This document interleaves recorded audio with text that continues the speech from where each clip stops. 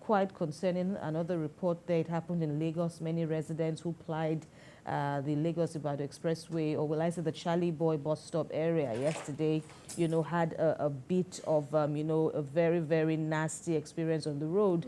And, it was a deadly, occurrence, so to speak. Two LASTMA sweepers, whose job is to maintain cleanliness on that route now, sadly lost their lives. We understand that they are siblings. We also understand that the driver of the vehicle was evading an arrest by LASTMA officials. A few months ago, we had a scenario like this. A woman, I believe, and her child, also, were gone down, so to speak, although they were actually attacked, so to speak, still from an evading vehicle who was, running away from, chasing LASTMA officials. And this is a very worrisome trend. That's right. And we hope that sanity will return to our roads. Sanity will return. I don't know how LASTMA will do it. Traffic managers will do it now. Of course, we also need to speak to ourselves as people. It's an arrest, for crying out loud. And now, see what has happened. Two sweepers have sadly lost their lives in the process. It's very sad. It's really very sad. We condole the families of those who have lost their lives, and it's very important for Lagos State government to ensure sophistications on our road. We know there are some certain part of the road where you don't need to run after the drivers.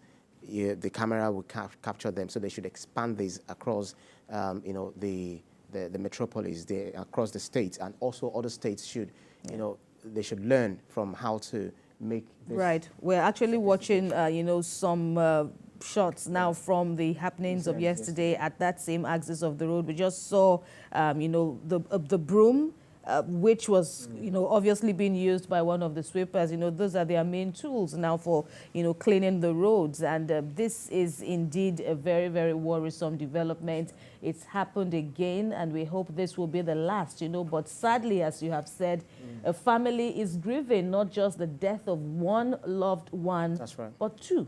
That's right. That's right. It's really very sad. So I believe that the Lagos State government is investigating this matter. They should get to the root cause. Whoever is found, wanting, complicit in all of this should definitely be dealt with according to, the dictates of the law, whether it is from the LASTMA official, and the one who was also evading arrest. So it's very, very key that we ensure sophistication on our roads in our cities so that we don't have to be running after criminals, let me just call them that way, because the way some people even drive on the road, and some people get their vehicles on the road without having, the proper documents.